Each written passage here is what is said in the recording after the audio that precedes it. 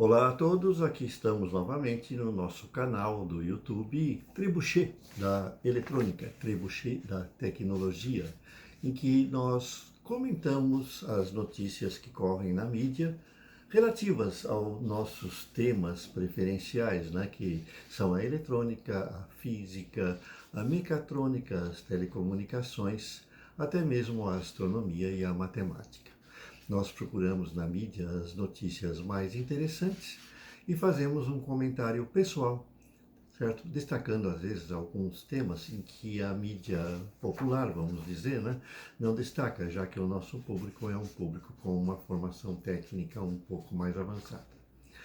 A notícia que nós escolhemos para comentar nesse vídeo é a descoberta de novos materiais denominados superatômicos.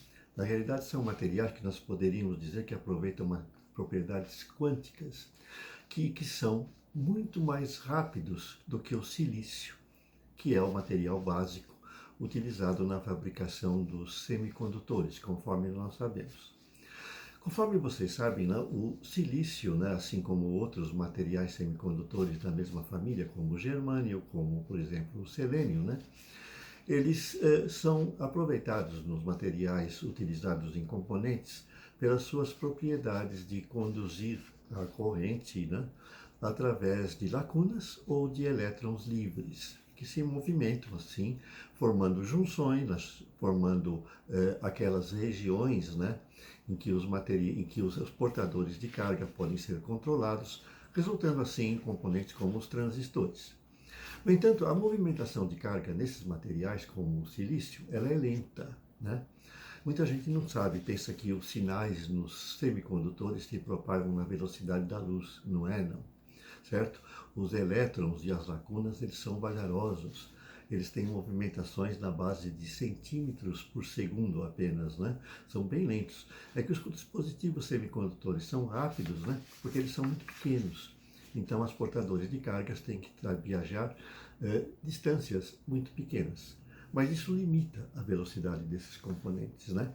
E a eletrônica moderna já sente isso no caso dos semicondutores, no caso dos transistores, nos casos dos microcontroladores, né, que usam os transistores para fazer a comutação nos circuitos de RF, né? Então, de repente, estão se procurando semicondutores com outras características. E diversos materiais estão surgindo, né, como o galho, né?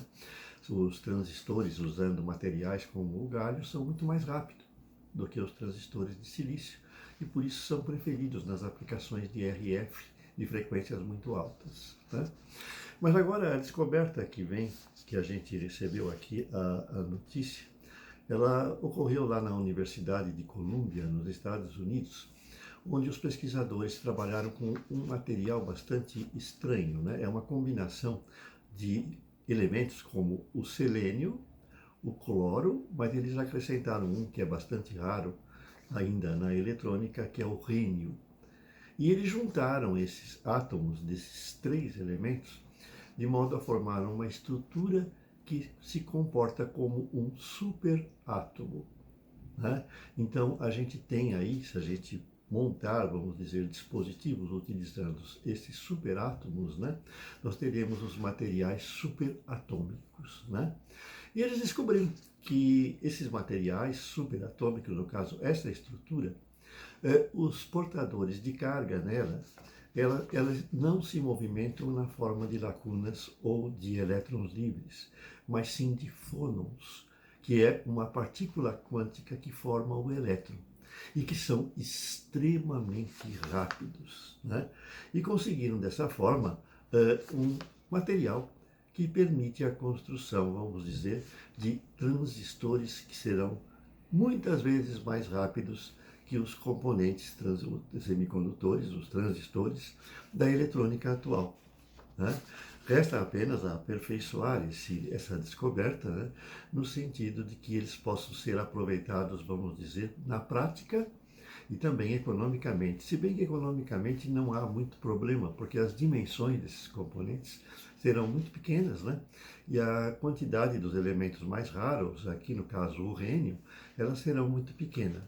Mas acredita-se que com esse aperfeiçoamento talvez seja o ponto de partida para o desenvolvimento de novos tipos de materiais semicondutores, né, baseados em superátomos. Ou seja, estruturas como essa, né, que são estruturas, vamos dizer, formadas de átomos de diversos elementos, que se comportam como um átomo único com propriedades elétricas especiais que podem ser aproveitadas na eletrônica aí do futuro. São propriedades quânticas, né? Então, realmente, aí nós teremos um componente quântico.